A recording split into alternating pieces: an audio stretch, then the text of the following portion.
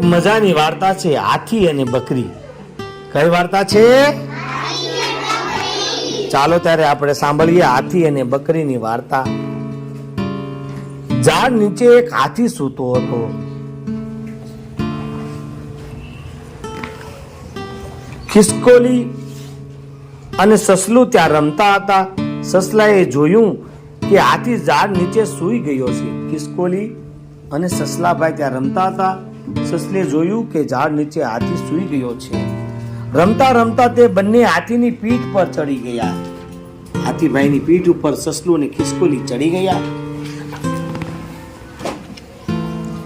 એટલામાં ત્યાં એક બકરી આવી.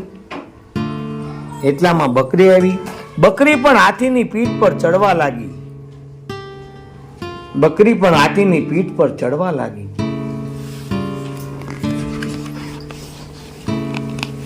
અચાનક હાથી ઊંઘમાંથી જાગી ગયો.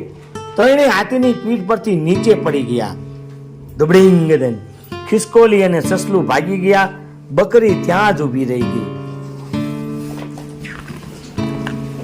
હાથીએ બકરીને પોતાની પીઠ પર બેસાડીને ફેરવી. ચાલ બેસી જાવે મારી પીઠ ઉપર. પીઠ ઉપર બકરીને બેસાડી દીધી. સસલું અને ખિસકોલી દૂર ઉભા જોઈ રહ્યા કે આપણે ત્યાં ઉભા રહ્યા હોત તો હાથીભાઈ આપણને પણ બેસવા આપે.